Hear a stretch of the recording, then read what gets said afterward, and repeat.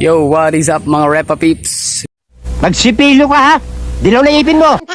Belated Happy New Year sa inyong lahat. Bakit belated? Dahil ano na ngayon? Linggo na. 4 na ngayon eh. Ngayon lang naging maaliwalas ulit ang panahon dahil nung simula nung 1 January 1 ay naulan. Ngayon lang ulit gumanda ang panahon. So yun, New Year's update tayo. New Year's update. Update ko kayo sa mga update ko kayo sa mga natitira kong mga alaga dito sa yard. Alright. Yan, unahin na natin nung si Ryota na ayaw kumasta. Mainit ang ulo. Hindi pa ako makakapagpadami niyan kung ganyan ka, Ryota. Ano ba yan? Ha? Yan si Ryota. At yun naman yung kanyang kapartner. Yan. Pero ito is pinapares ko sa kanyang anak. Back to mama. Unbreeding lang muna. Naantay ko munang mangitlog ng isa, tsaka ako ilalagay yung kanyang anak. At syempre ipapakita ko sa inyo yon next natin. Yan yung kanyang anak. Medyo mayabang. Mayabang pero takot din sa kapatid niya. Yan. Okay.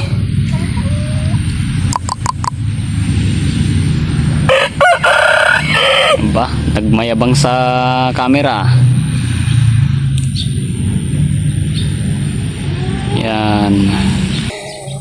Yan si Bulik. Guwapings pa rin, gumagwapo. 8 months na pero hindi pa marunong kumasta. Ano ba yan? Guwapo. Guwapings.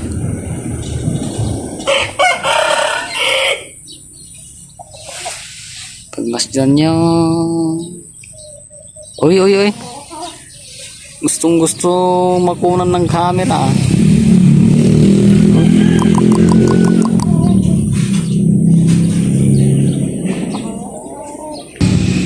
Ito naman yung sparring partner ni Itim. Yan. Nung last na nag-sparring sila, 3 days ago lang to tumilaok, is almost 1 month na yung last na sparring nila. Yan. Tumitikas na ulit. Gumaganda na rin yung katawan.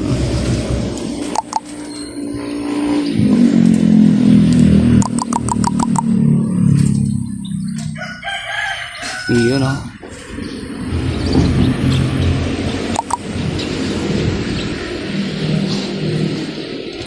Ito naman yung ating tanaka na payat pa rin. Pero gumaganda na yung katawan. Bumabalik na. Ito naman dyan lang yan para naman may kasama to. Pero hindi ko pa sila binibreed Yan lang. Ito ay hindi pa nasamba to kasi hindi pa maganda yung katawan. Pag gumanda yung katawan niyan, swabe na yan ulit. Yan. Nanay ni Bulik. Guwapings. Yun namang binili kong kapartner nito na lumpo. So yun, kinatay ko, nulam namin. Masarap din palang pure shamo. Pero sayang. Okay, eto naman, sobrang ilap nitong hen na to eh. Sobrang ilap. Small size na black bull cross sa pakoy. Yan. Sobrang ilap. Mailap pa sa mailap. Yan. Ito naman yung ipapartner ko kay Bulik. Yan, gandang babae, ganda babae.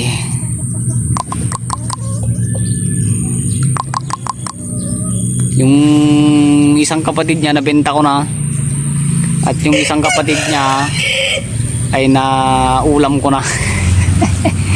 Kasabayan nung tanaka na nabili ko na nalumpo. Pinagsabay ko na silang lahat. Ay pinagsabay ko na silang dalawa. Oh, ganda. Ganda. At yun naman ang kaniyang nanay. Ito. Small size. Two-way cross. Pero yung two-way niya is 3/4 na Thai Dragon at 1/4 na old. Ang ganda din, maganda.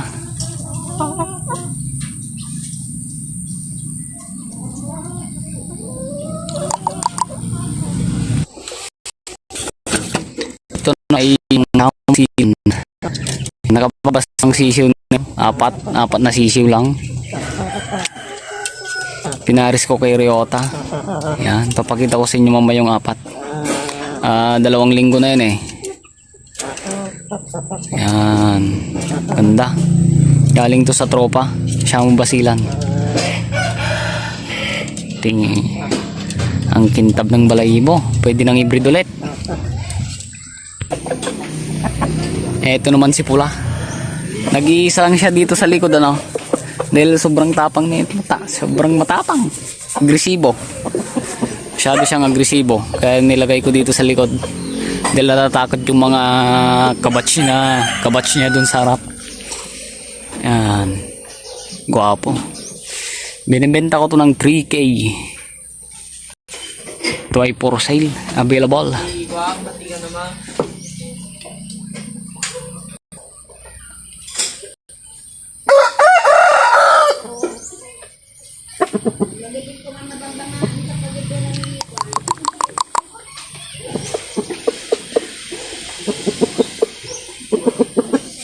Yan, available yan mga Repa Peeps.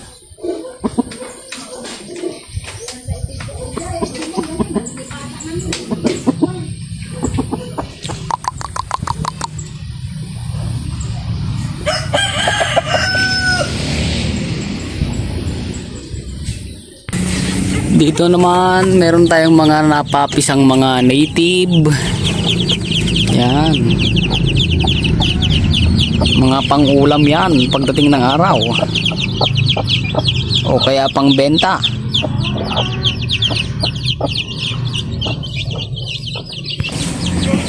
Ito yung mga 4 na sisiw. Yan.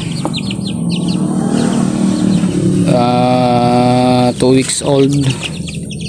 Tansya ko dyan, isa yung stag, isa lang ating stag tansya pa eh. Ito di ko pa alam kung stag, pero yung isa confirm ko na stag. Yun. Yan. Available.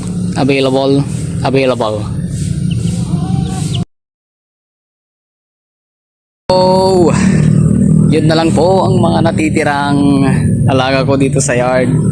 Kahapon may namatay na Shamo. Ito siya, yung pinakamalaki nating hen. Yan, namatay kahapon, di ko alam kung bakit. Tapos yung nabili kong tanaka, namatay na rin. Ay, kinatay ko pala inulam. Yan. Sayang, mga pure blood pa naman yung mga namamatay, ano? Bakit kaya? Dahil siguro sa panahon, araw, ulan, tapos sobrang lamig. Yan siguro, ano? Tsaka may itlog pala may itlog pala dyan. Itlog ng native. Yan. So, yun lang yung update dito sa aking yard. Matatagal din ako nakapag-upload, kaya sana panoorin nyo. Salamat. Happy New Year.